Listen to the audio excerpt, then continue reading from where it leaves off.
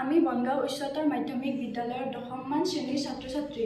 নমস্কাৰ, মই শ্ৰী নীলাক্ষী মেধি। মোৰ নাম শ্ৰী নীতিশা তালুকদাৰ। নমস্কাৰ, মোৰ নাম শ্ৰী দিব্যজ্যোতি তালুকদাৰ। বিকশিত ভাৰত বিল্ডাথনৰ 2025ৰ কাৰণে আমি এটা টীম গঠন কৰিছোঁ। এই টীমটোৰ নাম হৈছে বনগাঁও 2। আমাৰ প্ৰজেক্টটোৰ থীম হ'ল ছ'লাৰ পাৱাৰ ইৰিগেশ্যন ছিষ্টেম।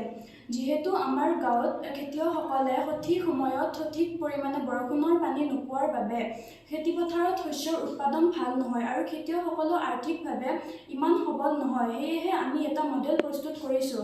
এই মডেলটোত সৌৰশক্তিৰ জৰিয়তে আমি বিদ্যুৎ শক্তি প্ৰস্তুত কৰি নদী বা পুখুৰীৰ পৰা পানী সংগ্ৰহ কৰি আমি খেতিপথাৰত দিয়াৰ ব্যৱস্থা কৰিছোঁ।